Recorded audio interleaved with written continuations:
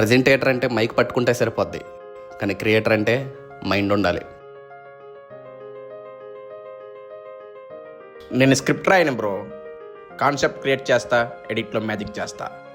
Magic కాదు, manipulation. నీ వీడియోస్లో బ్యాక్గ్రౌండ్ మ్యూజిక్ రిమూవ్ చేస్తే ఒక సైలెన్స్ వినిపిస్తుంది. ఆ సైలెన్స్లో ట్రూత్ ఏంటో తెలుస్తుంది. ఆ ట్రూత్కి స్టోరీ లేదు. ఈ బ్లాంక్ పేజ్లా ఉంది నీ క్రియేషన్. సౌండ్ ఉంటే నాయిస్, సౌండ్ లేకుండా ఎంప్టీనెస్.